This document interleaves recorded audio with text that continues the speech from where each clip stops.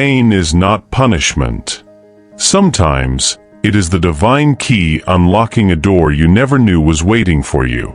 Tonight, as you hear these words, I want you to feel not just sound, but invitation, a sacred whisper calling you deeper. The separation you're walking through, whether from a relationship, a friendship, or even a dream you once nurtured, is not the end of your story. It may be the unraveling of an old chapter, so a greater one can begin. What if the very thing that feels like loss is actually the birthplace of your highest becoming? Imagine the seasons of nature.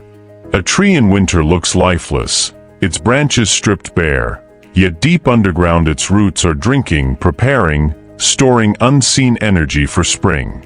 Your separation feels like winter, cold, barren, unkind. But perhaps it is not emptiness. Perhaps it is preparation. The Bible says that to everything there is a season, a time to plant and a time to uproot. Could it be that this uprooting is not cruelty, but mercy in disguise? I once spoke with a woman who said, "I don't know who I am without him." Her words trembled in the air like fragile glass. Maybe you, too, have whispered something similar. Our identities often get tangled in the people we love, the roles we play, the stability we thought was permanent. And when separation comes, it feels like a violent tearing. But what if that tearing is a holy surgery, removing what no longer serves your soul, so you can finally breathe again? Carl Jung wrote that until you make the unconscious conscious, it will direct your life and you will call it fate. Sometimes separation awakens us to patterns we were too blind, too weary, or too comfortable to see. Maybe you were living in someone else's shadow, or silencing your own dreams to keep peace. Maybe you lost yourself while trying to hold everything together. And now, in the ache of letting go, the divine is bringing to light who you truly are beneath the layers.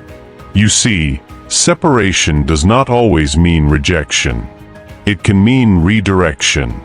Think of a river changing its course. At first, the shift erodes the familiar banks. It seems destructive. But over time, that new course brings life to places that were once barren. Could your life be shifting into a new flow, carrying you somewhere richer, more nourishing than you imagined? Don't mistake the breaking of one path for the end of all paths. Epictetus taught that it's not events that disturb us, but our perception of them. Painful separations can make us feel cursed, forgotten, abandoned by God. But what if your perception has been clouded by grief? What if the divine has not left you, but is closer than your very breath, guiding your steps, even through the valley? When the Israelites wandered through the wilderness, they were not lost. They were being led into promise. And yet, let's be honest. Nights are long when the bed is empty. Days feel heavy when silence replaces familiar laughter. This ache is real. Healing does not come by denying the wound. Healing begins when we allow ourselves to weep, to grieve, to admit, this hurts. You don't have to be strong all the time. Sometimes, your tears are your most sacred prayer. And maybe, just maybe, God is bottling each one, weaving them into a story you cannot yet see. There's a strange kind of power hidden in vulnerability. Brené Brown reminds us that vulnerability is not weakness, but the birthplace of courage and creativity. Separation cracks open the walls we've built, exposing our raw humanity.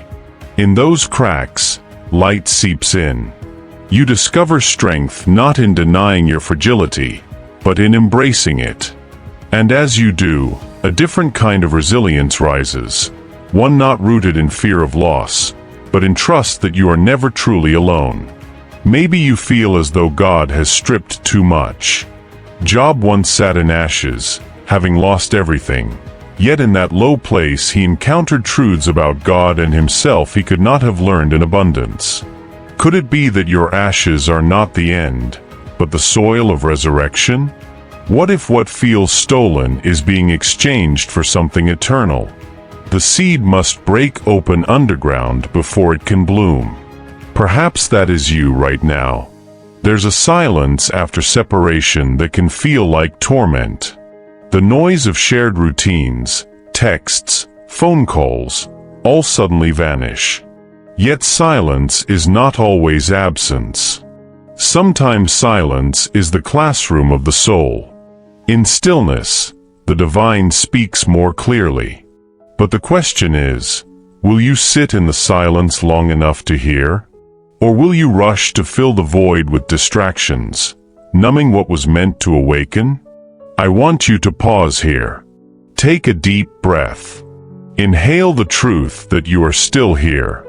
Exhale the fear that says your future is ruined. Life has not abandoned you.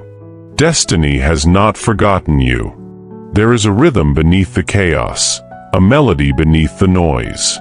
If you lean in, you might just hear the whisper of God saying, "Behold, I make all things new." Could that include even this brokenness? Sarah Jakes Roberts often says, God can take the pieces of your life and make a masterpiece. Maybe your heart feels shattered, scattered across a floor of memories you cannot pick up. But listen, you were never meant to put it all back together the same way. The divine artist has a new design. A masterpiece does not look like fragments glued back as before. It looks like transformation, like gold poured into cracks, like a life that tells a story of grace. Here's a revelation. What you lost may not be your punishment, but your preparation. This separation might be the very space that teaches you who you are without the masks, without the titles, without the attachments. Who are you when everything else is stripped away? That question, though terrifying, is also liberating. Because once you know that truth, you will never again settle for chains disguised as love. Think of the city skyline at night. Each light flickers, each window tells a story. Some are bright, some are dim. Separation can feel like your light has gone out. But sometimes, in the contrast of darkness, you realize your flame was never meant to depend on another window's glow. Your soul holds its own light. And once you see that, the night no longer feels like the end. It becomes the canvas for your illumination. There's a mystery most people never uncover. Divine love will never compete with counterfeit attachments. Sometimes God allows separation because He knows what you are clinging to cannot carry the weight of your destiny. If it stayed, it would suffocate you. If it left, it would free you. Which is harder to believe, that this loss is the enemy's cruelty, or that it's God's mercy? Could it be both? Could your pain be the paradox where mercy and ache meet? T.D. Jakes once preached, "Don't cry over who left. God is about to replace them with something greater." But hear this, the replacement isn't always another person. Sometimes it's the rediscovery of your own voice, your own calling, your own faith. The greater gift is not always external. It may be the resurrection of what was buried inside you all along. Could your separation be the graveyard where dead dreams rise again? Consider the ocean tide. Waves crash and recede, pulling back only to return with greater force. Separation feels like that receding wave, pulling away what was once close. But don't forget, the tide always returns. And when it does, it brings shells, treasures, and renewal to the shore. Maybe what left you is necessary so that what returns to you will carry beauty you never expected. Let's sit in a hard truth. Some separations are permanent. He's not coming back. That door will not reopen. But permanent does not mean purposeless. Jesus said, unless a seed falls into the ground and dies, it remains alone. But if it dies, it bears much fruit. Death of what was can birth abundance of what will be. Could your soul be entering a harvest season you cannot yet see? I need you to remember this. You are not broken beyond repair. You are not discarded, forgotten, or forsaken. Millions of women silently carry heartbreak, yet rise again. You are part of a sacred sisterhood of resilience. And though your story is unique, your strength is universal. You are stronger than you believe. Separation does not define you. Divine love does. Now here's the second revelation. Separation is not subtraction. It is multiplication in disguise.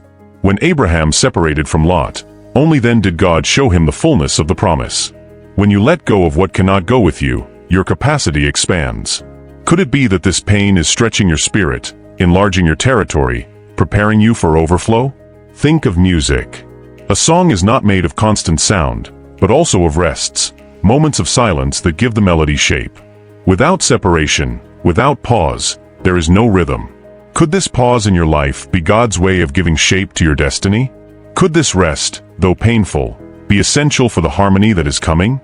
Every great symphony requires both sound and silence. Joyce Meyer once said, "You may not be where you want to be, but thank God you are not where you used to be." Look back, just for a moment. Can you see how far you've already come? Even in the separation, you have survived nights you thought would kill you. You are here, breathing, listening, open. That itself is a miracle. If you've come this far, what makes you think the one who carried you here will leave you now? Here is the final revelation. Separation is often the birthplace of calling. You may not have chosen it, but it is shaping you. Like clay on the potter's wheel, the pressure you feel is forming you for something greater. And when you emerge, you will not be the same. You will carry wisdom, empathy, and authority to guide others through their valleys. Your pain will become your ministry. Your scars will become your testimony. So tonight, I declare this over you. The separation that tried to break you will build you. The silence that tried to drown you will refine you. The loneliness that tried to suffocate you will birth a new strength. Lift your head. The dawn is coming. You will rise again, not in the shadow of what left, but in the light of what is arriving. This pain is not the end. It is the beginning of your divine unfolding. And as you step into tomorrow, remember this: you are not just surviving separation.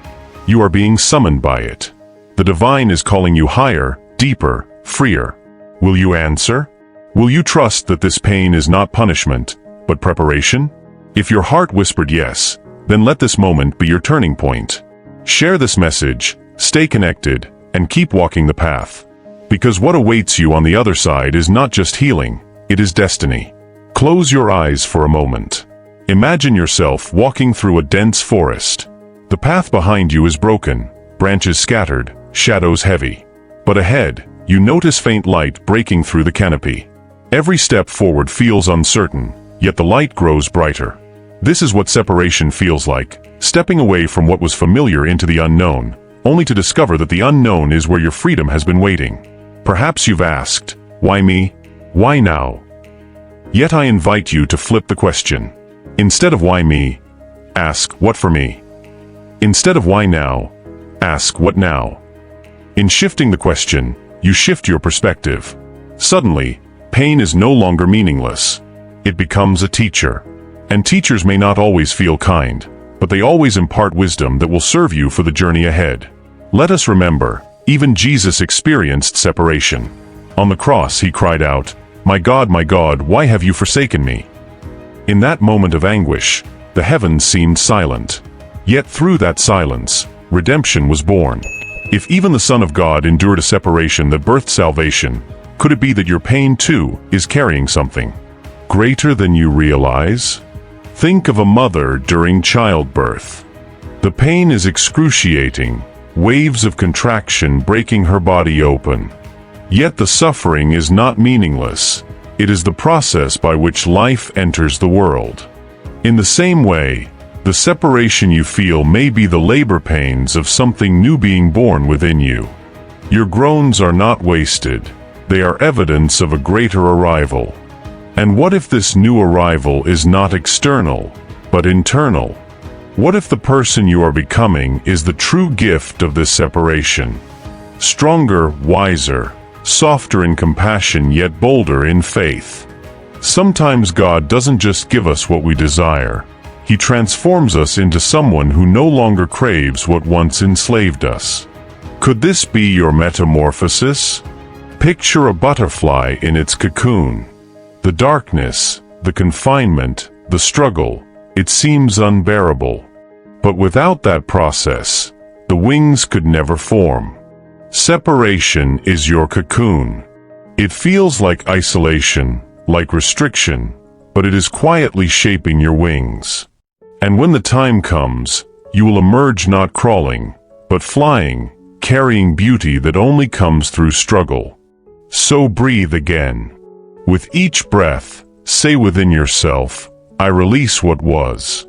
I receive what is to come. Let that be your daily practice. Release and receive. Release and receive. Just as the tide goes out and returns, so too your life will find its rhythm again. This is not forever. This is formation. Lisa Nichols says, your breakdown can become your breakthrough if you're willing to own it. Do not despise your breaking. Honor it.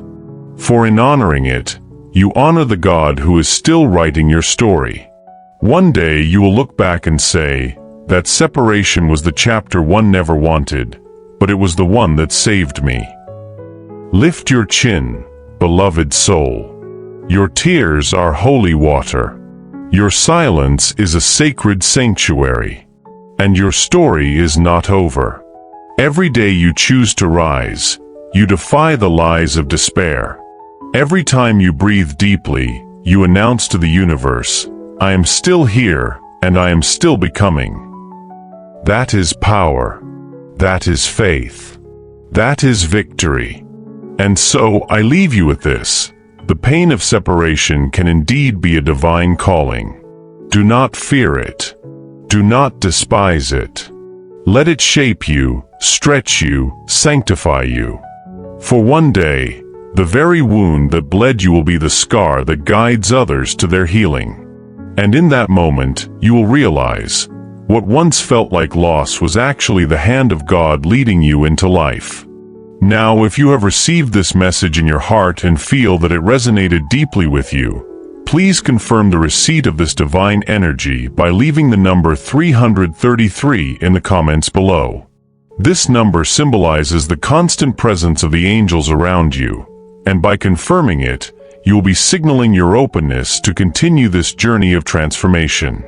Also, if you are not yet part of our community, do not forget to subscribe to our channel and activate the notification bell. This way, you will be up to date with all the upcoming messages from the angels that we will bring especially for you. Don't miss the next video, where we will bring more inspiration, love, and divine wisdom to guide your path. May the peace and light of the angels be with you every step of your journey.